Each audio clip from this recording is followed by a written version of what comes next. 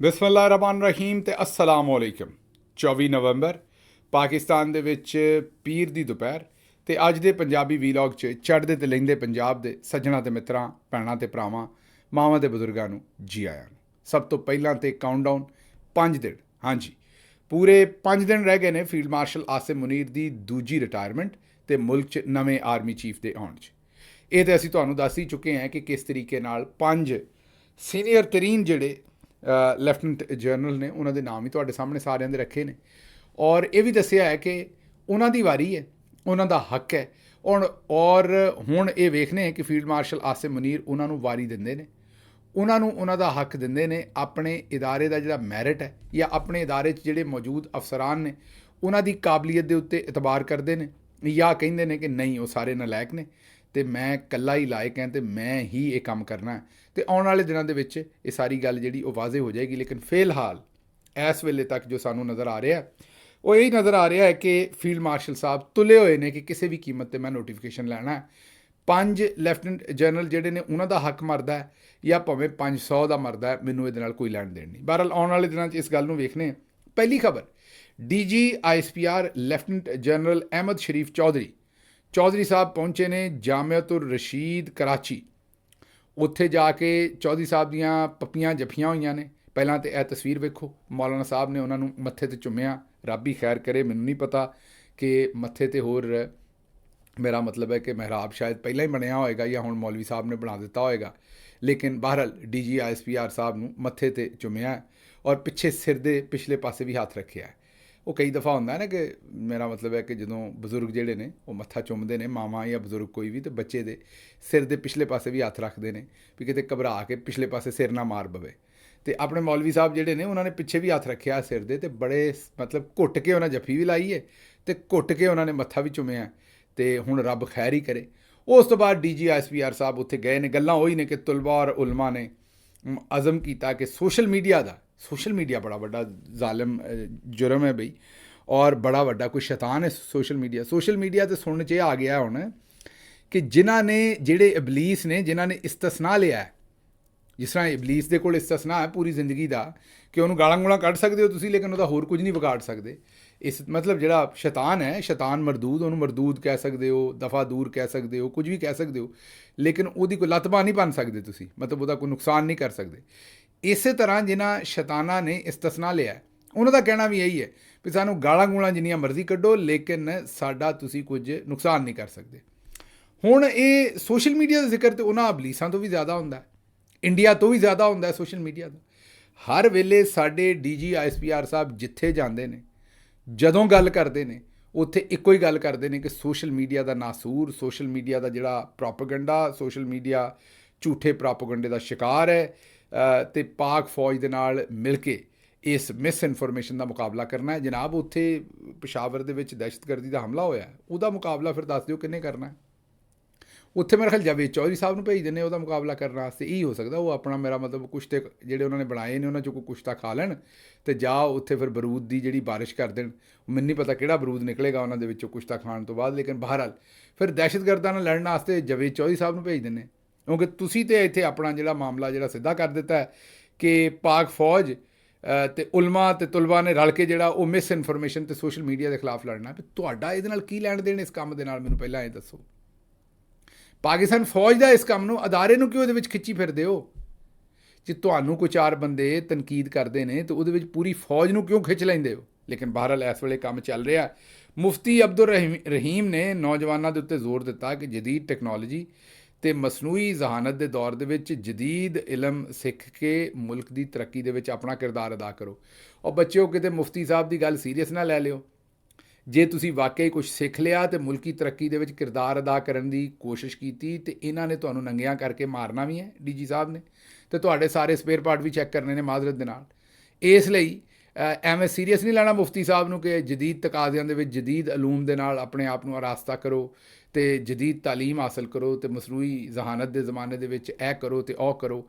ਇਹ ਬਚ ਕੇ ਇਹਨਾਂ ਨੂੰ ਨਾ ਦੱਸਿਓ ਵੀ ਤੁਹਾਨੂੰ ਜ਼ਹਾਨਤ ਹੈਗੀ ਹੈ ਜਾਂ ਤੁਸੀਂ ਕੁਝ ਪੜ੍ਹ ਲਿਆ। ਕਿਉਂਕਿ ਜੇ DG ਸਾਹਿਬ ਨੂੰ ਪਤਾ ਲੱਗ ਗਿਆ ਵੀ ਤੁਹਾਨੂੰ ਕੋਈ ਅਕਲਮਤ ਹੈ, ਤੁਸੀਂ ਕੋਈ ਸਵਾਲ ਕਰ ਸਕਦੇ ਹੋ, ਤੁਸੀਂ ਇਹਨਾਂ ਨੂੰ ਆਬਜੈਕਟ ਕਰ ਸਕਦੇ ਹੋ, ਇਹ ਜਿਹੜੇ ਪੁੱਠੇ ਸਿੱਧੇ ਕੰਮ ਕਰਦੇ ਨੇ ਉੱਤੇ ਕੋਈ ਸਵਾਲ ਹੋ ਜਵਾਬ ਕਰ ਸਕਦੇ ਹੋ, ਤੇ ਫਿਰ ਤੁਹਾਡੀ ਸ਼ਾਮਤ ਆ ਗਈ। ਅੱਛਾ ਜੀ, ਅੱਗੇ ਚੱਲਦੇ ਹਾਂ। ਭਾਰਤ ਪਾਕਿਸਤਾਨ ਦੇ ਵਿੱਚ ਦਹਿਸ਼ਤਗਰਦੀ ਦੀ ਪੁਸ਼ਤਪਨਾਹੀ ਕਰ ਰਿਹਾ, ਜਦੋਂ ਕਿ ਪਾਕ ਫੌਜ ਜਦੀਦ ਹਕਮਤ ਅਮਲੀ ਤੋਂ ਭਰਪੂਰ ਜਵਾਬ ਦੇ ਰਹੀ ਹੈ। ਇਹ ਸੈਸ਼ਨ ਆਵਾਮ ਤੇ ਫੌਜ ਦੇ ਦਰਮਿਆਨ ਇਤਮਾਦ ਬਣਾਉਣ ਦਾ ਜ਼ਰੀਆ ਹੈ। ਖੈਰ, ਇਹ ਤੇ ਸੂਰਤ ਹਾਲ ਤੁਹਾਡੇ ਸਾਹਮਣੇ ਰੱਖੀ ਵੀ ਸ਼ੁਕਰ ਹੈ ਇਹਨਾਂ ਨੇ ਸੋਸ਼ਲ ਮੀਡੀਆ ਤੋਂ ਨਿਕਲ ਕੇ ਕਿਤੇ ਭਾਰਤ ਦਾ ਨਾਮ ਹੀ ਲਿਆ। ਵੈਸੇ ਅੱਜ ਕੱਲ੍ਹ ਬਹੁਤ ਲੈਂਦੇ ਨੇ, ਲੇਕਿਨ ਸੋਸ਼ਲ ਮੀਡੀਆ ਦਾ ਨਾਮ ਬਹਰਹਾਲ ਫੇਰ ਵੀ ਉਸ ਤੋਂ ਬਹੁਤਾ ਲੈਂਦੇ ਨੇ। ਹੁਣ ਮੁਖਤਸਰ ਗੱਲ ਇਹ ਹੈ ਕਿ ਕੋਈ 2 ਦਿਨ ਪਹਿਲਾਂ ਆਪਣੇ DG ISPR ਸਾਹਿਬ ਗਏ ਸਨ ਉੱਥੇ ਡਾਓ ਮੈਡੀਕਲ ਕਾਲਜ, ਉੱਥੇ ਬੱਚਿਆਂ ਦੇ 5-5 ਨੰਬਰ ਕੱਟਦੇ ਫਿਰਦੇ ਸਨ। ਇਹ ਪਤਾ ਨਹੀਂ ਹੁਣ ਕਿਤੇ ਐਗਜ਼ਾਮੀਨਰ ਬਣ ਗਏ ਨੇ ਜਾਂ ਕੋਈ, ਮੇਰਾ ਮਤਲਬ ਹੈ ਲੋਕਾਂ ਦੇ ਜਿਹੜੇ ਪ੍ਰੈਕਟੀਕਲ ਵਗੈਰਾ ਜਿਹੜੇ ਹੁੰਦੇ ਨੇ ਉਹ ਲੈ ਰਹੇ ਨੇ ਲੋਕਾਂ ਦੇ। ਇਹ 5-5 ਨੰਬਰ ਕੱਟਣ ਦੀ ਮੈਨੂੰ ਅਜੇ ਤੱਕ ਤਾਂ ਸਮਝ ਨਹੀਂ ਆਈ ਕਿ DG ISPR ਦਾ ਨੰਬਰ ਕੱਟਣ ਨਾਲ ਕੀ ਲੈਣਾ ਹੈ। ਬਹਰਹਾਲ ਅੱਜ ਕੱਲ੍ਹ ਕਾਲਜਾਂ ਯੂਨੀਵਰਸਿਟੀਆਂ ਦੇ ਵਿੱਚ ਤਾਂ ਫੇਰ ਹੀ ਰਹੇ ਸਨ, ਹੁਣ ਮਦਰਸਿਆਂ ਨੂੰ ਵੀ ਜਿਹੜਾ ਰਸਤਾ ਫੜ ਲਿਆ। ਹੁਣ ਰੱਬ ਹੀ ਖੈਰ ਕਰੇ ਆਉਣ ਵਾਲੇ ਦਿਨਾਂ ਦੇ ਵਿੱਚ ਕੀ ਹੁੰਦਾ। ਅੱਛਾ ਜੀ, ਅਗਲੀ ਖਬਰ, ਸਾਊਦੀ ਅਰਬ ਦੀ $10 ਅਰਬ ਸਰਮਾਇਆਕਾਰੀ ਦੀ ਦਿਲਚਸਪੀ ਬਰਕਰਾਰ ਹੈ। ਅੱਛਾ, ਇਹ ਸਾਨੂੰ ਕੋਈ 3 ਸਾਲਾਂ ਤੋਂ ਦੱਸ ਰਹੇ ਨੇ ਵੀ ਸਾਊਦੀ ਅਰਬ ਨੇ ਇੱਥੇ ਜਿਹੜੀ ਹੈ ਉਹ ਇਨਵੈਸਟਮੈਂਟ ਕਰਨੀ ਹੈ। ਹੁਣ ਆਉਂਦੇ ਨੇ ਵੀ $10 ਅਰਬ ਦੀ ਸਰਮਾਇਆਕਾਰੀ ਦੀ ਦਿਲਚਸਪੀ ਬਰਕਰਾਰ ਹੈ। ਇਹ ਕਦੋਂ ਤੱਕ ਬਰਕਰਾਰ ਰਹਿਣੀ ਹੈ ਜਨਾਬ, ਇਹੀ ਸਾਨੂੰ ਦੱਸ ਦਿਓ, ਕਿਉਂਕਿ ਇਨਵੈਸਟਮੈਂਟ ਤਾਂ ਉਹਨਾਂ ਨਾ ਕੀਤੀ ਹੈ ਨਾ ਕਰਨੀ ਹੈ। ਇਹ ਤੁਸੀਂ ਕਿਉਂ ਝੂਠ ਮਾਰਦੇ ਰਹਿੰਦੇ ਔਰੰਗਜ਼ੇਬ ਸਾਹਿਬ, ਇਹ ਜਿਹੜੇ ਵਜ਼ੀਰ ਖਜ਼ਾਨਾ ਨੇ? ਉਹਦੀ ਵਜ੍ਹਾ ਹੈ ਕਿ ਯਾਦ ਕਰੋ ਕਿ 2023 ਦੇ ਵਿੱਚ, ਫਿਰ 2024 'ਚ ਫੀਲਡ ਮਾਰਸ਼ਲ ਸਾਹਿਬ ਨੇ ਕੌਮ ਨੂੰ ਟਰੱਕ ਦੀ ਬੱਤੀ ਦੇ ਪਿੱਛੇ ਲਾਇਆ ਸੀ ਕਿ ਮੈਂ $100 ਅਰਬ ਦੀ ਇਨਵੈਸਟਮੈਂਟ ਬਾਹਰੋਂ ਲੈ ਕੇ ਆਉਣੀ ਹੈ। 25 ਅਰਬ ਕੁਵੈਤ ਤੋਂ, 25 ਅਰਬ UAE ਤੋਂ, 25 ਅਰਬ ਜਿਹੜੀ ਹੈ ਉਹ ਕਤਰ ਤੋਂ, 25 ਅਰਬ ਸਾਊਦੀ ਅਰਬ ਤੋਂ। ਹੁਣ ਉਸ 25 ਅਰਬ ਦੇ ਵਿੱਚੋਂ ਸਾਊਦੀ ਅਰਬ ਵਾਲੇ 'ਚੋਂ ਸਿਰਫ 10 ਅਰਬ ਰਹਿ ਗਏ। ਬਾਕੀ 75 ਅਰਬ ਤੇ ਜਿਹੜੇ ਉਹ ਦੂਜੇ ਮੁਲਕਾਂ ਦੇ ਸੀ ਉਹ ਤਾਂ ਖਤਮ ਹੋ ਗਏ, ਤੇ 15 ਇਹਨਾਂ ਦੇ ਵੀ ਖਤਮ ਹੋ ਗਏ। ਮਤਲਬ 90 ਅਰਬ ਤੇ 100 ਅਰਬ ਦੇ ਵਿੱਚੋਂ ਖਤਮ ਹੋ ਗਏ। ਹੁਣ ਜਿਹੜੀ ਆਸ ਉਮੀਦ ਹੈ ਨਾ ਜੀ 100 ਅਰਬ ਦੇ ਵਿੱਚੋਂ, ਉਹ 10 ਦੀ ਰਹਿ ਗਈ। ਆਉਂਦੇ ਨੇ ਹਜੇ ਤੱਕ ਉਹਨਾਂ ਦੀ ਦਿਲਚਸਪੀ ਬਰਕਰਾਰ ਹੈ। ਬਹਰਹਾਲ ਅਸੀਂ ਤੁਹਾਨੂੰ ਪਹਿਲਾਂ ਹੀ ਦੱਸ ਦਿੰਦੇ ਵੀ ਉਹਨਾਂ ਦੀ ਕੋਈ ਦਿਲਚਸਪੀ ਨਹੀਂ। ਉਹ ਇੱਥੇ ਇੱਕ ਟੈਡੀ ਪੈਸਾ ਇਹਨਾਂ ਦੇ ਨਾਲ ਇਨਵੈਸਟ ਨਹੀਂ ਕਰਨਾ ਚਾਹੁੰਦੇ, ਬਲਕਿ ਹਰ ਰੋਜ਼ ਕੰਪਨੀਆਂ ਪਾਕਿਸਤਾਨ 'ਚੋਂ ਭੱਜ ਰਹੀਆਂ ਨੇ। ਉਹਨਾਂ ਦਾ ਦਿਲ ਹੈ ਵੀ ਸਵੇਰ ਨਾ ਚੜ੍ਹੇ ਤੇ ਅਸੀਂ ਇੱਥੋਂ ਕਿਸੇ ਤਰੀਕੇ ਨਾਲ ਨਿਕਲ ਜਾਈਏ, ਜੋ ਕੁਝ ਇੱਥੇ ਫੀਲਡ ਮਾਰਸ਼ਲ ਸਾਹਿਬ ਨੇ ਮੁਲਕ ਦਾ ਕਰ ਚੜ੍ਹਿਆ। ਅੱਛਾ ਜੀ, ਕੱਲ੍ਹ ਰਾਣਾ ਸਨਾਉਲਾ ਕਹਿਤਾ, ਰਾਣਾ ਅਜ਼ੀਮ ਸਾਹਿਬ ਦੀ ਪਕਾਨਾ ਪਾੜ ਕਿਸਮ ਦੀ ਖਬਰ ਸੀ। ਪਕਾਨਾ ਕਹਿੰਦੇ ਨੇ ਗੁਬਾਰੇ ਨੂੰ, ਤੇ ਬਲੂਨ, ਤੇ ਗੁਬਾਰਾ ਪਾੜ ਕਿਸਮ ਦੀ ਕਹਿ ਲਓ, ਪਕਾਨਾ ਪਾੜ ਕਿਸਮ ਕਹਿ ਲਓ, ਉਹਨਾਂ ਦੀ ਖਬਰ ਸੀ। ਔਰ ਖਬਰ ਇਹ ਸੀ ਕਿ ਤਹਿਰੀਕ ਇਨਸਾਫ ਵਾਲਿਆਂ ਨੇ ਸੀੜੀਆਂ ਲਾ ਕੇ ਤੇ ਉਹ ਜੇਲ੍ਹ ਦੇ ਜਾ ਵਿੱਚ ਅੰਦਰ ਵੜਨਾ ਹੈ। ਰਾਣਾ ਸਾਹਿਬ ਸਾਡੇ ਯਾਰ ਨੇ, ਮਿੱਤਰ ਨੇ, ਉਹ ਸਾਡੀ ਟੀਮ ਨੇ ਕਰੈਕਸ਼ਨ ਕੀਤੀ ਹੈ ਕਿ ਥੋੜ੍ਹੀ ਜਿਹੀ ਕੁਤਾਹੀ ਹੋ ਗਈ, ਉਹ ਅਸੀਂ ਨਹੀਂ ਦੱਸ ਸਕੇ। ਇਹ ਰਾਣਾ ਸਾਹਿਬ ਦੀ ਆਪਣੀ ਖਬਰ ਨਹੀਂ ਸੀ ਸਾਰੀ, ਉਹਨਾਂ ਨੇ ਤੇ ਬਿਆਨ ਦੱਸਿਆ ਸੀ ਜਿਹੜਾ ਅਚਕਜ਼ਈ ਸਾਹਿਬ ਨੇ ਦਿੱਤਾ ਸੀ। ਅਚਕਜ਼ਈ ਸਾਹਿਬ ਨੇ ਕਿਹਾ ਸੀ ਵੀ ਅਸੀਂ ਜੇਲ੍ਹਾਂ ਦੇ ਵਿੱਚ ਜਾਵਾਂਗੇ ਤੇ ਸਾਨੂੰ ਭਾਵੇਂ ਸੀੜੀਆਂ ਲਾ ਕੇ ਉਹਨਾਂ ਦੀਆਂ ਦੀਵਾਰਾਂ ਨਹੀਂ ਚੜ੍ਹਨੀਆਂ ਪਈਆਂ, ਲੇਕਿਨ ਇਮਰਾਨ ਖਾਨ ਨਾਲ ਮੁਲਾਕਾਤ ਕਰਾਂਗੇ। ਉਹ ਫਿਰ ਰਾਣਾ ਸਾਹਿਬ ਤੁਹਾਨੂੰ ਪਤਾ ਪਾੜ ਪਕਾਨੇ ਦਿੰਦੇ ਨੇ। ਉਹ ਤਾਂ ਵੈਸੇ ਵੀ ਤੁਹਾਨੂੰ ਪਤਾ ਜਨੂਨੀ ਆਦਮੀ ਨੇ, ਹੱਕ ਸੱਚ ਦੇ ਨਾਲ ਖੜੇ ਹੋਣ ਦੀ ਕੋਸ਼ਿਸ਼ ਕਰਦੇ ਨੇ, ਤੇ ਮਸਾਲਾ ਕਈ ਵਾਰੀ ਵੱਧ ਪੈ ਜੇ ਘੱਟ ਪੈ ਜੇ, ਫਿਰ ਉਹਨਾਂ ਨੂੰ ਪਤਾ ਨਹੀਂ ਲੱਗਦਾ ਸਾਡੇ ਸੱਜਣ ਨੇ, ਕਿਉਂਕਿ ਦਿਲ ਦਾ ਜਿਹੜਾ ਬੰਦਾ ਸਾਫ਼ ਹੁੰਦਾ ਉਹ ਫਿਰ ਮਸਾਲਾ ਤੇ ਤੋਲ ਕੇ ਨਹੀਂ ਪਾਉਂਦਾ ਨਾ ਵੀ ਕਿੰਨਾ ਪਾਉਣਾ ਹੈ। ਉਹਨਾਂ ਫਿਰ ਪਾੜ ਪਕਾਨੇ ਦਿੱਤੇ। ਜਿਸ ਵੇਲੇ ਖਬਰ ਦਿੱਤੀ ਉਹਨਾਂ ਕਿਹਾ ਤਹਿਰੀਕ ਇਨਸਾਫ ਵਾਲਿਆਂ ਨੇ ਕੰਧਾਂ ਟੱਪ ਜਾਣੀਆਂ ਨੇ, ਲੇਕਿਨ ਉਹ ਵੀ ਆਪਣੀ ਜਗ੍ਹਾ 'ਤੇ ਸੱਚੇ ਨੇ, ਕਿਉਂਕਿ ਉਹ ਬਿਆਨ ਤੇ ਅਚਕਜ਼ਈ ਸਾਹਿਬ ਦਾ ਸੀ। ਉਹਨਾਂ ਨੇ ਉਸ ਬਿਆਨ ਦੇ ਉੱਤੇ ਤਜਜ਼ੀਆ ਕਰਦੇ ਹੋਇਆ ਉਹਨਾਂ ਨੂੰ ਕਹਿਣਾ ਇਹ ਚਾਹੀਦਾ ਸੀ ਵੀ ਇਸ ਬਿਆਨ ਦੇ ਉੱਤੇ ਮੈਂ ਤਜਜ਼ੀਆ ਕਰ ਰਿਹਾ। ਉਹਨਾਂ ਨੇ ਖਬਰ ਦੇ ਤੌਰ 'ਤੇ ਉਹ ਦੇਤੀ, ਬਸ ਇਹ ਥੋੜ੍ਹੇ ਜਿਹੀ ਮੇਰਾ ਖਿਆਲ ਲੱਗਾ ਪਿੱਛਾ ਹੋ ਗਿਆ, ਲੇਕਿਨ ਉਹਨਾਂ ਦਾ ਇਹਦੇ 'ਚ ਗੁਨਾਹ ਕੋਈ ਨਹੀਂ। ਅਸੀਂ ਕਿਹਾ ਤੁਹਾਨੂੰ ਦੱਸ ਦਈਏ, ਕਿਉਂਕਿ ਸਾਡੀ ਟੀਮ ਨੇ ਅੱਜ ਆਪੇ ਹੀ ਫਾਈਂਡ ਆਊਟ ਕੀਤਾ, ਔਰ ਉਹਨਾਂ ਕਿਹਾ ਵੀ ਰਾਣਾ ਸਾਹਿਬ ਨਾਲ ਕਿਸੇ ਸਾਡੇ ਕੋਲੋਂ ਜ਼ਿਆਦਤੀ ਨਾ ਹੋ ਜਾਏ, ਕਿਤੇ ਰਾਣਾ ਸਾਹਿਬ ਸਾਡੇ ਪਕਾਨੇ ਨਾ ਪਾੜ ਦੇਣ। ਮੈਂ ਦੱਸਿਆ ਤਾਂ ਹੈ ਵੀ ਬੜਾ ਬੰਦਾ ਜਿਹੜਾ ਹੈ ਉਹ ਬੜਾ ਕਾਬਲ ਵੀ ਹੈ ਅਤੇ ਅਥਰਾ ਵੀ ਹੈ। ਇਸ ਲਈ ਅਸੀਂ ਰਾਣਾ ਸਾਹਿਬ ਦੇ ਕੋਲੋਂ ਜਿਹੜਾ ਉਹ ਟਾਈਮ ਨਾਲ ਹੀ ਆਪਣਾ ਜਿਹੜਾ ਕੰਮ ਸਿੱਧਾ ਕਰ ਲਈਏ। ਅਸੀਂ ਦੱਸ ਦਈਏ ਕਿ ਅਸੀਂ ਖਬਰ ਕਿਹੜੀ ਦਿੱਤੀ ਸੀ। ਅੱਛਾ ਜੀ, ਖਵਾਜਾ ਆਸਫ ਸਾਹਿਬ ਨੇ ਇੱਕ ਖਾਤੂਨ MNA ਨਾਲ ਬਦਤਮੀਜ਼ੀ ਕੀਤੀ, ਅਤੇ ਉਹਨਾਂ ਦੇ ਘਰ ਵਾਲੇ ਜਿਹੜੇ ਖਵਾਜਾ ਸਾਹਿਬ ਦਾ ਲੌਜ ਸੀ ਉਹਦੇ ਸਾਹਮਣੇ ਆ ਗਏ, ਅਤੇ ਉਹ ਜੁੱਤੀਆਂ ਮਾਰਨ ਵਾਸਤੇ ਪਹੁੰਚ ਗਏ। ਜੁੱਤੀਆਂ ਉਹਨਾਂ ਹੱਥ 'ਚ ਫੜੀਆਂ ਸਨ ਅਤੇ ਖਵਾਜਾ ਸਾਹਿਬ ਨੂੰ ਲੱਭਦੇ ਫਿਰਦੇ ਸਨ। ਖਵਾਜਾ ਸਾਹਿਬ ਦਾ ਮੇਰਾ ਖਿਆਲ ਕੋਈ ਡਰਾਈਵਰ ਉਹਨਾਂ ਨੇ ਲੱਭਿਆ, ਅਤੇ ਉਹਨਾਂ ਨੇ ਕਿਹਾ ਵੀ ਕੱਢੋ ਖਵਾਜੇ ਨੂੰ ਕਿੱਥੇ। ਖਵਾਜਾ ਸਾਹਿਬ ਨੂੰ ਪਤਾ ਲੱਗਾ, ਉਹਨਾਂ ਫਿਰ ਫੋਨ ਕਰਕੇ ਬੰਦੇ ਸ਼ੰਦੇ ਬੁਲਾਏ, ਅਤੇ ਫਿਰ ਵਿੱਚੋਂ ਛੋਟਾ ਹੋਇਆ, ਗੱਲਬਾਤ ਹੋਈ, ਅਤੇ ਇਹ ਸ਼ੇਖ ਵਕਾਸ ਅਕਰਮ ਸਾਹਿਬ ਨੇ ਇਹ ਜਿਹੜੀ ਹੈ ਨਾ ਸਟੋਰੀ ਦੱਸੀ ਹੈ। ਅਤੇ ਖਵਾਜਾ ਸਾਹਿਬ ਕਿਉਂ ਲੋਕਾਂ ਨਾਲ ਬਦਤਮੀਜ਼ੀ ਕਰਦੇ ਹੋ ਇਸ ਉਮਰੇ ਮੈਨੂੰ ਦੱਸੋ, ਚੰਗੇ ਲੱਗੋਗੇ ਮਾਰ ਖਾਂਦੇ ਕਿਸੇ ਦੇ ਕੋਲ ਤੁਸੀਂ? ਹੁਣ ਬਾਰਲ ਚਲੋ ਭਾਵੇਂ ਭੈੜੇ ਹੀ ਹੋ ਪਰ ਹੈ ਤੇ ਬਜ਼ੁਰਗ ਹੋ ਨਾ, ਭਾਵੇਂ ਭੈੜੇ ਹੋ ਪਰ ਹੈ ਤੇ ਬਜ਼ੁਰਗ ਹੋ ਨਾ, ਕੋਈ ਥੋੜ੍ਹਾ ਜਿਹਾ ਖਿਆਲ ਕਰਿਆ ਕਰੋ। ਮੈਂ ਤਾਂ ਇਹ ਤੁਹਾਡੇ ਕੋਲ ਰਿਕੁਐਸਟ ਕਰ ਸਕਦਾ। ਅੱਗੋਂ ਕਰਾਚੀ 'ਚ ਬੈਨਰ ਲੱਗ ਗਏ ਨੇ ਜੀ, ਗਵਰਨਰ ਸਿੰਧ ਕਰਾਚੀ 'ਚ ਤਰੱਕੀ ਵਾਸਤੇ ਜ਼ਰੂਰੀ ਹੈ, ਕਰਾਚੀ ਦੀ ਤਰੱਕੀ ਵਾਸਤੇ ਜ਼ਰੂਰੀ ਕਾਮਰਾਨ ਟਸੂਰੀ, ਠੀਕ ਹੈ ਨਾ ਜੀ। ਇਹ ਬੈਨਰ ਲੱਗ ਗਏ ਨੇ। ਹੁਣ ਤਰੱਕੀ ਵਾਸਤੇ ਜ਼ਰੂਰੀ ਕਾਮਰਾਨ ਟਸੋਰੀ। ਹੁਣ ਕਾਮਰਾਨ ਟਸੋਰੀ ਸਾਹਿਬ ਜਿਹੜੇ ਨੇ ਪਤਾ ਨਹੀਂ ਕਿਹੜੀ ਤਰੱਕੀ ਕਰ ਰਹੇ ਨੇ, ਮੇਰੀ ਸਮਝ ਤੋਂ ਬਾਹਰ ਹੈ ਕਿ ਕਰਾਚੀ ਦੀ ਤਰੱਕੀ ਦਾ ਇਹਨਾਂ ਨਾਲ ਕੀ ਲੈਣ ਦੇਣ। ਤੇ ਗਵਰਨਰ ਨੇ ਆਈਨੀ ਅਹੁਦਾ ਹੈ ਦਸਤਖਤ ਵਗੈਰਾ ਕਰਨ ਵਾਸਤੇ, ਇਹਨਾਂ ਦਾ ਤਰੱਕੀ ਨਾਲ ਕੀ ਲੈਣ ਦੇਣ ਹੈ, ਮੇਰੀ ਸਮਝ ਤੋਂ ਬਾਹਰ ਹੈ। ਲੇਕਿਨ ਉਹਨਾਂ ਬੈਨਰ ਲਵਾ ਛੱਡੇ ਨੇ, ਇਹਦਾ ਮਤਲਬ ਹੈ ਕਿ ਉਹ ਵੀ ਹੁਣ ਜਾਂ ਤਾਂ ਇਹਨਾਂ ਦੀ ਨੌਕਰੀ ਖਤਮ ਹੋ ਰਹੀ ਹੈ ਜਾਂ ਇਹਨਾਂ ਨੂੰ ਕੋਈ ਹੋਰ ਨੌਕਰੀ ਚਾਹੀਦੀ ਹੈ।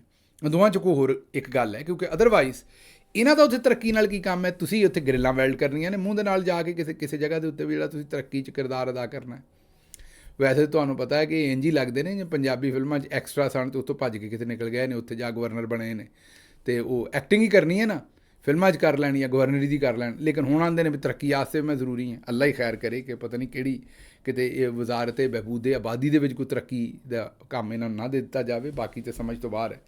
ਅੱਛਾ ਜੀ, ਇਹ ਤਾਂ ਤੁਹਾਨੂੰ ਪਤਾ ਲੱਗ ਹੀ ਗਿਆ ਵੀ ਇਲੈਕਸ਼ਨ ਹੋਇਆ ਜਿਹੜੀਆਂ 13 ਸੀਟਾਂ 'ਤੇ, ਉਹਨਾਂ ਦੇ ਵਿੱਚੋਂ 6 ਕੌਮੀ ਅਸੈਂਬਲੀ ਦੀਆਂ ਅਤੇ ਕੋਈ 7 ਸਨ ਸੂਬਾਈ ਅਸੈਂਬਲੀ ਦੀਆਂ। 13 ਦੇ ਵਿੱਚੋਂ ਕੌਮੀ ਅਸੈਂਬਲੀ ਦੀਆਂ ਮੇਰਾ ਖਿਆਲ ਸਾਰੀਆਂ ਹੀ ਨੂੰ ਦੇ ਛੱਡੀਆਂ ਨੇ। ਫਾਰਮ 47 ਹੈ ਨਾ, ਜਿੱਥੋਂ ਮਰਜ਼ੀ ਇਸ਼ੂ ਕਰਦੇ ਰਹੋ। ਅਤੇ ਜਿਹੜੀਆਂ ਬਾਕੀ 7 ਸਨ ਉਹਨਾਂ 'ਚੋਂ ਆਉਂਦੇ ਨੇ ਕਿ 6 ਸੂਬਾਈ ਅਸੈਂਬਲੀ ਦੀਆਂ ਨੂੰ ਦੇ ਦਿੱਤੀਆਂ ਨੇ ਅਤੇ ਇੱਕ ਦੇ ਦਿੱਤੀ ਹੈ ਪੀਪਲਸ ਪਾਰਟੀ ਨੂੰ। ਬਸ ਅੱਲਾ ਹੀ ਅੱਲਾ ਖੈਰ ਸੱਲਾ। ਅਤੇ ਇਹ ਕੰਮ ਜਿਹੜਾ ਜਨਾਬ ਸਿੱਧਾ ਕਰ ਦਿੱਤਾ ਉਹਨਾਂ ਨੇ। ਅਤੇ ਹੁਣ ਉਹਦੇ 'ਚੋਂ ਕਈ ਇਹੋ ਜਿਹੇ ਕੰਮ ਬਾਹਰ ਆਉਣ ਡਏ ਨੇ ਵੀ ਲੋਕ ਵੋਟ ਪਾਉਣ ਆਏ ਕੋਈ ਨਹੀਂ। ਇੱਕ ਪੋਲਿੰਗ ਸਟੇਸ਼ਨ ਸੀ, ਉਹ 'ਚ ਟੋਟਲ 5 ਬੰਦਿਆਂ ਨੇ ਸਾਰੇ ਦਿਨ 'ਚ ਵੋਟ ਪਾਏ। ਕਿਸੇ ਜਗ੍ਹਾ 'ਤੇ ਲੋਕ ਪਹਿਲੇ 3 ਘੰਟੇ ਵੋਟ ਹੀ ਨਹੀਂ ਪਾਉਣ ਆਏ। ਮਸਜਿਦਾਂ ਦੇ ਵਿੱਚ ਐਲਾਨ ਕਰਵਾਉਣੇ ਪਏ ਕਿ ਆ ਕੇ ਇੱਥੇ ਵੋਟ ਪਾ ਲਓ। ਮਤਲਬ ਜਨਾਜ਼ੇ ਦਾ ਹੀ ਐਲਾਨ ਹੁੰਦਾ ਅਕਸਰ ਮਸਜਿਦ ਦੇ ਵਿੱਚੋਂ, ਤੁਹਾਨੂੰ ਪਤਾ। ਅਤੇ ਇਹਨਾਂ ਦੀ ਸਿਆਸਤ ਦੇ ਜਨਾਜ਼ੇ ਦਾ ਹੀ ਅੱਜ ਐਲਾਨ ਹੁੰਦਾ ਰਿਹਾ ਜੋ ਕੁਝ ਹੋਇਆ। ਉਸ ਤੋਂ ਬਾਅਦ ਇੱਕ ਦੂਜੇ ਨੂੰ ਆਪੇ ਹੀ ਇਹ ਮੁਬਾਰਕਬਾਦਾਂ ਵੀ ਦਿੰਦੇ ਰਹੇ। ਉਸ ਤੋਂ ਬਾਅਦ ਭੰਗੜੇ ਵੀ ਪਾਉਂਦੇ ਰਹੇ। ਮੇਰਾ ਮਤਲਬ ਕਿਸੇ ਨੇ ਬੜਾ ਸੋਹਣੀ ਗੱਲ ਲਿਖੀ ਸੀ ਟਵਿੱਟਰ 'ਤੇ, ਮੈਨੂੰ ਨਾਮ ਭੁੱਲ ਗਿਆ ਕਿਹਨੇ ਲਿਖੀ ਸੀ। ਉਹਨੇ ਕਿਹਾ ਵੀ ਜਦੋਂ ਘੋੜੇ ਜਿਹੜੇ ਨੇ ਜਾਂ ਘੋੜਾ ਜਿਹੜਾ ਉਹ ਬਾਈਕਾਟ ਕਰਦੇ ਕਿਸੇ ਰੇਸ ਦਾ, ਅਤੇ ਫਿਰ ਇਹਦੇ ਨਾਲ ਕੀ ਫ਼ਰਕ ਪੈਂਦਾ ਵੀ ਕਿਹੜਾ ਖੋਤਾ ਨੰਬਰ 1 ਹੋਇਆ। ਜਦੋਂ ਖੋਤਿਆਂ ਨੇ ਭੱਜਣਾ ਤਾਂ ਫਿਰ ਜਿਹੜਾ ਮਰਜ਼ੀ ਨੰਬਰ 1 ਆ ਜਾਏ। ਅਤੇ ਇਹ ਘੋੜਿਆਂ ਦੀ ਰੇਸ 'ਚ ਭੱਜਣ ਵਾਲੇ ਜਿਹੜੇ ਖੋਤੇ ਨੇ, ਇਹ ਕੋਈ ਲੁੱਡੀਆਂ ਪਾ ਰਿਹਾ, ਕੋਈ ਬੜਕਾਂ ਮਾਰ ਰਿਹਾ, ਕੋਈ ਕੁਝ ਕਹਿ ਰਿਹਾ, ਕੋਈ ਕੁਝ ਕਹਿ ਰਿਹਾ, ਲੇਕਿਨ ਅਸਲ ਦੇ ਵਿੱਚ ਇਹਨਾਂ ਦੇ ਪੱਲੇ ਆਵਾਮ ਨੇ ਕੋਈ ਸ਼ੈ ਨਹੀਂ ਛੱਡੀ। ਔਰ ਇਹ ਲੋਕੀ ਵੋਟ ਪਾਉਣ ਹੀ ਨਹੀਂ ਆਏ। ਲਾਹੌਰ ਵਰਗੇ ਸ਼ਹਿਰ ਦੇ ਵਿੱਚ 5% ਟਰਨ ਆਊਟ ਰਿਹਾ। ਅੱਗੋਂ ਜਿਹੜਾ ਉਹ ਤੁਸੀਂ ਆਪ ਹਿਸਾਬ ਲਾ ਲਓ। ਅੱਛਾ ਜੀ, ਆਬਦ ਸ਼ੇਰ ਅਲੀ ਸਾਹਿਬ ਨੇ ਵੋਟ ਪਾਇਆ ਅਤੇ ਨਾਲ ਉਹਦੀ ਤਸਵੀਰ ਵੀ ਖਿੱਚਦੇ ਰਹੇ ਨੇ, ਵੀਡੀਓ ਵੀ ਬਣਾਉਂਦੇ ਰਹੇ ਨੇ। ਅਤੇ ਆਬਦ ਸ਼ੇਰ ਅਲੀ ਸਾਹਿਬ, ਮੈਂ ਹੀ ਕਹਿ ਸਕਦਾ ਕਿ ਇੰਤਖਾਬੀ ਅਮਲੇ ਅਤੇ ਕਈ ਅਫਰਾਦ ਦੀ ਮੌਜੂਦਗੀ 'ਚ ਉਹਨਾਂ ਨੇ ਬੈਲਟ ਪੇਪਰ ਦੇ ਉੱਤੇ ਜਿਹੜੀ ਮੋਹਰ ਲਾ ਕੇ ਉਹਦੀ ਵੀਡੀਓ ਬਣਾਈ। ਚੇਤੇ ਕਰੋ 2024 ਦਾ ਇਲੈਕਸ਼ਨ ਸੀ, ਉਹਦੇ ਵਿੱਚ ਵਿਚਾਰੇ ਆਮ ਲੋਕਾਂ ਨੂੰ ਅਗਰ ਕਿਸੇ ਨੇ ਫਿਲਮ ਬਣਾ ਲਈ ਸੀ, ਤਸਵੀਰ ਬਣਾ ਲਈ ਸੀ, ਜੇਲ੍ਹਾਂ 'ਚ ਦੇ ਦਿੰਦੇ ਸਨ ਫੜ ਕੇ। ਖੈਰ ਉਹ ਵੀ ਸੱਚੇ ਨੇ। ਹੁਣ ਆਬਦ ਸ਼ੇਰ ਅਲੀ ਨੂੰ ਜੇਲ੍ਹ 'ਚ ਤਾਂ ਨਹੀਂ ਦੇ ਸਕਦੇ, ਚਿੜੀਆ ਘਰ ਹੀ ਦੇਣਾ ਪੈਣਾ। ਤਾਂ ਹੁਣ ਪਤਾ ਨਹੀਂ ਉੱਥੇ ਦਿੰਦੇ ਨੇ ਕਿ ਨਹੀਂ। ਉੱਥੇ ਫਿਰ ਉਹ ਜਿਹੜੇ ਸ਼ੂਜ਼ੀ ਨੇ ਦੂਸਰੇ ਜਿਹੜੇ ਜਾਨਵਰ ਨੇ, ਉਹਨਾਂ ਨਾਲ ਵਿਚਾਰਿਆਂ ਨਾਲ ਕੀ ਬਣੇਗਾ। ਇਹ ਸੀ ਠੀਕ ਹੈ, ਉੱਥੇ ਨਾ ਲੈ ਕੇ ਜਾਓ, ਠੀਕ ਹੈ, ਉਹਨਾਂ ਨੂੰ ਆਜ਼ਾਦ ਹੀ ਫਿਰਨ ਦਿਓ। ਖੈਰ ਲਾਉਣ ਦਿਓ ਮੋਹਰਾਂ ਜਿੱਥੇ ਲਾਉਂਦੇ ਨੇ, ਖੈਰ ਇਹਦੇ ਨਾਲ ਕੋਈ ਫ਼ਰਕ ਨਹੀਂ ਪੈਂਦਾ। ਅੱਛਾ ਜੀ, ਪੋਲਿੰਗ ਜਿਹੜਾ 4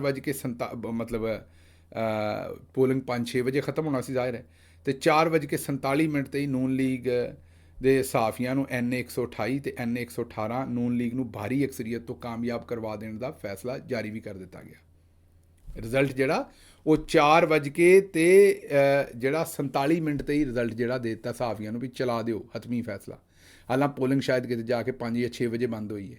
ਪੋਲਿੰਗ ਖਤਮ ਹੋਣ ਤੋਂ ਪਹਿਲਾਂ ਹੀ ਉਹਨਾਂ ਨੇ ਰਿਜ਼ਲਟ ਜਿਹੜਾ ਕੱਢ ਦਿੱਤਾ। ਗੱਲ ਵੀ ਠੀਕ ਹੈ, ਜਦੋਂ ਰਿਜ਼ਲਟ ਕੱਢਣਾ ਹੀ ਫਾਰਮ 47 ਨਾਲ ਹੈ ਅਤੇ ਫਿਰ ਅਡੀਕਣਾ ਕਾਹਤੋਂ ਹੈ। ਮਤਲਬ ਠੰਡਾ ਕਿਉਂ ਕਰਨਾ ਨਤੀਜਾ, ਫਿਰ ਤੱਤਾ ਹੀ ਖਾ ਲਓ। ਅਗਲਿਆਂ ਨੇ ਠੀਕ ਕੀਤਾ, ਇਹਦੇ 'ਚ ਕੋਈ ਦੋ ਰਾਏ ਨਹੀਂ ਹੈ। ਅੱਛਾ ਜੀ, ਆਸਿਮ ਮੁਨੀਰ ਰਜੀਮ ਨੇ 3 ਸਾਲਾਂ 'ਚ 26 ਖਰਬ ਦੀ ਕਰਪਸ਼ਨ ਕਰ ਲਈ। ਕਿੰਨੇ ਦੀ ਜੀ? 26 ਖਰਬ ਦੀ। ਇਹ ਹੁਣ ਅਸੀਂ ਨਹੀਂ ਕਹਿਣ ਡੇ, ਇਹਦੇ 'ਤੇ IMF ਨੇ ਰਿਪੋਰਟਾਂ ਛਾਪ ਦਿੱਤੀਆਂ ਨੇ। ਇਹ ਹੁਣ ਜਿਹੜੀ 26 ਅਰਬ ਦੀ ਕਰਪਸ਼ਨ ਹੈ, ਇਹਦੇ 'ਤੇ ਹੁਣ ਸਵਾਲ ਪੁੱਛਣਾ ਪਏਗਾ ਕਿ ਮੁਹੰਮਦ ਮਾਲਿਕ ਸਾਹਿਬ ਨੇ ਵਜ਼ੀਰ ਆਜ਼ਮ ਕੋਲੋਂ ਇਹ ਸਵਾਲ ਪੁੱਛਣਾ। ਯਾਦ ਹੈ ਨਾ, ਉਹ ਸਾਡੇ ਸੱਜਣ ਨੇ, ਸਾਡੇ ਲਈ ਤਾਂ ਬੜੇ ਮੁਹਤਰਮ ਨੇ। ਮਾਲਿਕ ਸਾਹਿਬ ਆਉਂਦੇ ਸਨ ਮੈਂ ਗਿਰੇਬਾਨ ਕਿਹਦਾ ਫੜਨਾ ਹੈ। ਮਾਲਿਕ ਸਾਹਿਬ ਮੈਂ ਦੱਸ ਦਿੰਦਾ ਹੁਣ ਕਿਹਦਾ ਫੜਨਾ ਹੈ। ਜਨਾਬੇ ਵਾਲੀ ਗਿਰੇਬਾਨ ਫੜਨਾ ਪੈਣਾ ਜੇ ਫੀਲਡ ਮਾਰਸ਼ਲ ਆਸਿਮ ਮੁਨੀਰ ਦਾ। ਫੜ ਸਕਦੇ ਜੇ ਤਾਂ ਜਾ ਕੇ ਫੜ ਕੇ ਪੁੱਛ ਲਓ, ਕਿਉਂਕਿ 26 ਖਰਬ ਦੀ ਕਰਪਸ਼ਨ ਹੋ ਗਈ ਹੈ ਅਤੇ ਤਬਾਹੀ ਹੋ ਗਈ ਮੁਲਕ ਦੀ। ਤੁਸੀਂ ਇਮਰਾਨ ਖਾਨ ਸਾਹਿਬ ਕੋਲੋਂ ਪੁੱਛਦੇ ਸੋ ਵੀ ਮੈਂ ਗਿਰੇਬਾਨ ਕਿਹਦਾ ਫੜਨਾ, ਅਤੇ ਜਨਾਬ ਹੁਣ ਅਸੀਂ ਤੁਹਾਨੂੰ ਦੱਸ ਦਿੰਦੇ ਵੀ ਜੇ ਫੜ ਸਕਦੇ ਜੇ ਤਾਂ ਫੜ ਲਓ। ਅਤੇ ਸਾਰੀ ਇਸ ਕਾਰਗੁਜ਼ਾਰੀ ਦੇ ਉੱਤੇ ਜਿਹੜੇ ਇਸ ਵੇਲੇ ਰੂਹੇ ਰਵਾਂ ਬੈਠੇ ਨੇ ਉਹ ਫੀਲਡ ਮਾਰਸ਼ਲ ਸਾਹਿਬ ਹੀ ਬੈਠੇ ਨੇ। ਅਗਲੀ ਖਬਰ ਲੈ ਲਓ ਜੀ। ਹਾਫਿਜ਼ ਨਈਮ ਸਾਹਿਬ ਨੇ ਲਾਹੌਰ ਦੇ ਜਲਸੇ ਦੇ ਵਿੱਚ, ਤੁਹਾਨੂੰ ਪਤਾ ਹੈ ਨਾ ਕਿ ਯਕ ਨਾ ਸ਼ੁੱਧ ਦੋ ਸ਼ੁੱਧ, ਹੁਣ ਦੋ ਹਾਫਿਜ਼ ਨੇ, ਇੱਕ ਹਾਫਿਜ਼ ਆਸਿਮ ਮੁਨੀਰ ਅਤੇ ਇੱਕ ਹਾਫਿਜ਼ ਨਈਮ ਰਹਿਮਾਨ, ਜਿਹੜੇ ਨਈਮ ਸਾਹਿਬ ਨੇ ਆਪਣੇ ਜਮਾਤ ਇਸਲਾਮੀ ਦੇ। ਉਹਨਾਂ ਨੇ ਕਿਹਾ ਕਿ ਇਸਤਸਨਾ ਜਿਹੜਾ ਨਾ ਇਹ ਗੈਰ ਇਸਲਾਮੀ ਚੀਜ਼ ਹੈ, ਨਹੀਂ ਲੈਣੀ ਚਾਹੀਦੀ। ਤੇ ਮੈਂ ਜ਼ਰਦਾਰੀ ਨੂੰ ਤੇ ਨਵਾਜ਼ ਸ਼ਰੀਫ ਨੂੰ ਚੈਲੰਜ ਕਰਦਾ ਵੀ ਬੰਦੇ ਦੇ ਪੁੱਤਰ ਬਣ ਜਾਓ। ਇਸਤਸਨਾ ਦੀ ਵੀ ਗੱਲ ਕਰਦੇ ਰਹੇ, ਜ਼ਰਦਾਰੀ ਸਾਹਿਬ ਦੀ ਵੀ ਗੱਲ ਕਰਦੇ ਰਹੇ, ਸ਼ਹਿਬਾਜ਼ ਸ਼ਰੀਫ ਦੀ ਵੀ ਗੱਲ ਕਰਦੇ ਰਹੇ, ਨਵਾਜ਼ ਸ਼ਰੀਫ ਦੀ ਵੀ ਗੱਲ ਕਰਦੇ ਰਹੇ, ਲੇਕਿਨ ਜਿਹੜਾ ਅਸਲ ਗੁਰੂ ਗੰਟਾਲ ਹੈ, ਜਿਹੜਾ ਅਸਲ ਗੁਰੂ ਗੰਟਾਲ ਹੈ ਇਸਤਸਨਾ ਦਾ, ਉਹ ਤੇ ਫੀਲਡ ਮਾਰਸ਼ਲ ਆਸਿਮ ਮੁਨੀਰ ਸਾਹਿਬ ਨੇ, ਉਹਨਾਂ ਦਾ ਨਾਂ ਨਹੀਂ ਲਿਆ ਨਈਮ ਸਾਹਿਬ ਨੇ, ਹਾਫਿਜ਼ ਨਈਮ ਸਾਹਿਬ ਨੇ। ਉੱਥੋਂ ਕਲਟੀ ਮਾਰ ਕੇ ਨਿਕਲ ਗਏ ਨੇ। ਬਾਕੀ ਉਹਨਾਂ ਨੇ ਨਾ ਜ਼ਰਦਾਰੀ ਛੱਡਿਆ, ਨਾ ਉਹਨਾਂ ਨੇ ਕੋਈ ਦੂਸਰਾ ਸ਼ਹਿਬਾਜ਼ ਸ਼ਰੀਫ ਨੂੰ ਛੱਡਿਆ, ਸਾਰਿਆਂ ਨੂੰ ਉਹਨਾਂ ਨੇ ਤੜੀਆਂ ਲਾਈਆਂ ਨੇ, ਲੇਕਿਨ ਉਹਨਾਂ ਨੇ ਫੀਲਡ ਮਾਰਸ਼ਲ ਦਾ ਨਾਂ ਨਹੀਂ ਲਿਆ। ਉਹਨਾਂ ਨੇ ਕਿਹਾ ਵੀ ਇੱਧਰੋਂ ਬਚ ਕੇ ਹੁਣ ਬਾਕੀ ਚੀਜ਼ਾਂ ਜਿਹੜੀਆਂ ਨੇ ਉਹ ਬਾਅਦ 'ਚ ਵੇਖਾਂਗੇ। ਅੱਛਾ ਜੀ, ਤੁਹਾਡੀ ਉਮਰ 76 ਸਾਲ ਹੋ ਗਈ ਹੈ। ਜਦੋਂ ਤੁਸੀਂ ਨਹਿਰ 'ਚ ਛਾਲ ਮਾਰਦੇ ਹੋ ਤਾਂ ਲੋਕੀ ਬੜੀ ਕਦਰ ਨਾਲ ਇਹਦੀ ਬੜੀ ਕਦਰ ਕਰਦੇ ਨੇ ਤੇ ਆਂਦੇ ਨੇ ਵੀ ਸਾਡਾ ਵਜ਼ੀਰ ਦਿਫਾਅ ਬੜਾ ਮਜ਼ਬੂਤ ਹੈ, 76 ਸਾਲਾਂ ਦੀ ਉਮਰ ਦੇ ਵਿੱਚ ਵੀ ਨਹਿਰਾਂ 'ਚ ਛਾਲ ਮਾਰਦਾ ਫਿਰਦਾ ਹੈ। ਅੱਛਾ ਜੀ, ਠੀਕ ਹੈ। ਹੁਣ ਮੈਨੂੰ ਇਹ ਗੱਲ ਮੇਰੀ ਸਮਝ ਤੋਂ ਬਾਹਰ ਹੈ ਕਿ ਇਹ 76 ਸਾਲਾਂ 'ਚ ਨਹਿਰ 'ਚ ਛਾਲ ਮਾਰਨ ਦੇ ਵਿੱਚ ਮਜ਼ਬੂਤੀ ਕਿਹੜੀ ਹੈ, ਲੇਕਿਨ ਚਲੋ ਉਹ ਸਮਝਦੇ ਹੋਣਗੇ ਕਿ ਫਿਜ਼ੀਕਲੀ ਅਗਰ ਇੱਕ ਬੰਦਾ ਠੀਕ ਠਾਕ ਹੈ ਤੇ ਉਸ ਵਜ੍ਹਾ ਤੋਂ ਉਹਨਾਂ ਨੂੰ ਕਿਹਾ ਜਾਂਦਾ ਹੈ। ਉਹਨਾਂ ਨੇ ਅੱਗੋਂ ਕਿਹਾ ਕਿ ਮੈਂ 80 ਸਾਲ ਦੀ ਉਮਰ 'ਚ ਵੀ ਨਹਿਰ ਛਾਲ ਮਾਰਨਾ ਚਾਹੁੰਦਾ, ਤੁਸੀਂ ਬਸ ਦੁਆ ਕਰੋ ਵੀ ਮੈਂ ਜਿਹੜਾ ਫਿੱਟ ਰਹਾਂ। ਲਓ ਜੀ, ਮੈਂ ਹੁਣੇ ਤੁਹਾਨੂੰ ਦੱਸ ਸਕਦਾ ਹਾਂ, ਇਹ ਖਵਾਜਾ ਆਸਿਫ ਸਾਹਿਬ ਕਹਿੰਦੇ ਨੇ। ਖਵਾਜਾ ਸਾਹਿਬ, ਜਿਸ ਤਰ੍ਹਾਂ ਤੁਸੀਂ ਬੇਸ਼ਰਮੀ ਵੈਸੇ ਘੋਲ ਕੇ ਪੀਤੀ ਹੈ ਨਾ ਇਬਲੀਸ ਤਰ੍ਹਾਂ, ਤੁਸੀਂ ਵੀ ਲੰਮਾ ਹੀ ਜੀਣਾ ਹੈ ਮਾਸ਼ਾਅੱਲਾ, ਤੇ ਤੁਸੀਂ ਰਹਿਣਾ ਵੀ ਸਿਹਤਮੰਦ ਹੀ ਹੈ, ਕਿਉਂਕਿ ਲੱਥੀ ਚੜੀ ਤੇ ਤੁਹਾਨੂੰ ਹੈ ਕੋਈ ਨਹੀਂ। ਨਾ ਆਵਾਮ ਦੀ ਗਾਲ ਮੰਦਾ ਦਾ ਤੁਹਾਨੂੰ ਕੋਈ ਮਸਲਾ ਹੈ, ਨਾ ਕੋਈ ਸ਼ਰਮ ਹਿਆ ਹੈ, ਨਾ ਝੂਠ ਮਾਰਦਿਆਂ ਹੋਇਆ ਮਾਜ਼ਰਤ ਦੇ ਨਾਲ ਕੁਝ ਸੋਚਦੇ ਹੋ। ਬਸ ਤੁਸੀਂ ਬਕੜਵਾ ਕਰਨੀ ਹੈ ਜਿੱਧਰ ਨੂੰ ਵੀ ਤੁਹਾਡੇ ਕੋਲੋਂ ਹੋ ਜਾਏ। ਤੇ ਮੇਰਾ ਖਿਆਲ 80 ਸਾਲਾਂ 'ਚ ਵੀ ਤੁਸੀਂ ਇਸੇ ਤਰ੍ਹਾਂ ਹੀ ਰਹਿਣਾ ਹੈ, ਤੁਹਾਨੂੰ ਕਿਹੜਾ ਕੋਈ ਪੁੱਛਣ ਵਾਲਾ ਹੋਣਾ। ਮੇਰਾ ਨਹੀਂ ਖਿਆਲ ਕੋਈ ਐਸੀ ਸੂਰਤ ਹਾਲ ਜਿਹੜੀ ਹੈ ਉਹ ਬਣਨ ਵਾਲੀ ਹੈ। ਅੱਛਾ ਜੀ, ਇਹ ਕਿਸਾਨ ਹੈ, ਇਹਨੇ ਗੰਨੇ ਦੀ ਕੀਮਤ ਇਹਨੂੰ ਘੱਟ ਦਿੱਤੀ ਜਾ ਰਹੀ ਹੈ। 600 ਰੁਪਈਏ ਤੋਂ ਥੱਲੇ ਉਹਨੂੰ ਮਣ ਜਿਹੜੀ ਗੰਦਮ ਹੈ, ਜਿਹੜਾ ਗੰਨਾ ਹੈ, ਗੰਦਮ ਕਹਿ ਦਿੱਤਾ, ਗੰਨਾ ਹੈ 600 ਰੁਪਈਏ ਮਣ ਤੋਂ ਘੱਟ ਉਹਨੂੰ ਵਾਰਾ ਨਹੀਂ ਖਾਂਦਾ। 400 ਰੁਪਈਏ ਮਣ ਉਹਨੂੰ ਕੀਮਤ ਦੇ ਰਹੇ ਨੇ, ਉਹ ਵੀ ਪੈਸੇ ਉਹਨੂੰ ਹੁਣ ਨਹੀਂ ਦੇਣੇ, ਪਤਾ ਨਹੀਂ ਕਦੋਂ ਦੇਣੇ ਨੇ। ਤੰਗ ਆ ਕੇ ਲੋਕਾਂ ਨੇ ਆਪਣੀ ਜ਼ਮੀਨ ਸਾੜਨੀ ਸ਼ੁਰੂ ਕਰ ਦਿੱਤੀ ਹੈ। ਰਹੀਮ ਯਾਰ ਖਾਂ ਦੇ ਵਿੱਚ ਕਾਸ਼ਤਕਾਰ ਨੇ ਗੰਨੇ ਦੇ ਨਿਰਖ 'ਚ ਇਜ਼ਾਫਾ ਨਾ ਹੋਣ ਤੇ ਫਸਲ ਨੂੰ ਅੱਗ ਲਾ ਛੜੀ ਹੈ ਤੇ ਵੀਡੀਓ ਵਾਇਰਲ ਹੋਈ ਹੈ, ਜ਼ਾਹਿਰ ਹੈ। ਅਤੇ ਕਿਸਾਨ ਆਉਂਦੇ ਨੇ ਵੀ 600 ਤੋਂ ਥੱਲੇ ਤਾਂ ਸਾਨੂੰ ਘਾਟਾ ਪੈਂਦਾ, ਅਸੀਂ 600 ਤੋਂ ਥੱਲੇ ਕਿਸ ਤਰ੍ਹਾਂ ਦੇਈਏ, ਅਤੇ 400 ਦੀ ਦੇਵਾਂਗੇ ਅਗਰ ਗੰਨਾ ਦੇਵਾਂਗੇ ਤਾਂ ਸਾਨੂੰ ਤਾਂ ਕੁਝ ਨਹੀਂ ਬਚਦਾ। ਹੁਣ ਇਹ ਸੂਰਤ ਹਾਲ ਇਹਨਾਂ ਨੇ ਕਿਸਾਨਾਂ ਦੀ ਬਣਾ ਦਿੱਤੀ ਹੈ। ਹੁਣ ਮੈਨੂੰ ਸਮਝ ਨਹੀਂ ਹੈ ਕਿ ਪਹਿਲਾਂ ਕਣਕ ਦੇ ਉੱਤੇ ਉਹਨਾਂ ਨੂੰ ਮਾਰਿਆ ਔਰ ਜਿਹੜੀ ਕੋਈ ਗੱਲ ਰਹਿ ਗਈ ਸੀ ਉਹ ਹੁਣ ਕਸਰ ਇਹਨਾਂ ਨੇ ਪੂਰੀ ਕਰ ਦਿੱਤੀ ਹੈ। ਪਹਿਲਾਂ ਵੀ ਫਸਲਾਂ ਸਾਰੀਆਂ 'ਤੇ ਹੀ ਕਸਰ 3 ਸਾਲਾਂ ਤੋਂ ਕਿਸਾਨਾਂ ਦੇ ਮਗਰ ਲੱਠ ਲੈ ਕੇ ਚੜ੍ਹੇ ਨੇ, ਯਕੀਨ ਕਰੋ, ਉਹਨਾਂ ਦੇ ਉੱਤੇ ਕੋਈ ਮਾਫੀ ਨਹੀਂ। ਹੁਣ ਜਿਹੜੀ ਰਹੀ ਸਹੀ ਕਸਰ ਸੀ ਉਹ ਹੈ ਫਿਰ ਕਮਾਤ 'ਤੇ ਪੂਰੀ ਕਰ ਰਹੇ ਨੇ। ਅੱਲਾਹ ਕਿਸਾਨਾਂ ਦਾ ਹਾਮੀ ਨਾਸਰ ਹੋਵੇ, ਅਸੀਂ ਤਾਂ ਇਹੀ ਕਹਿ ਸਕਦੇ ਹਾਂ, ਰੱਬ ਰੱਖਾ।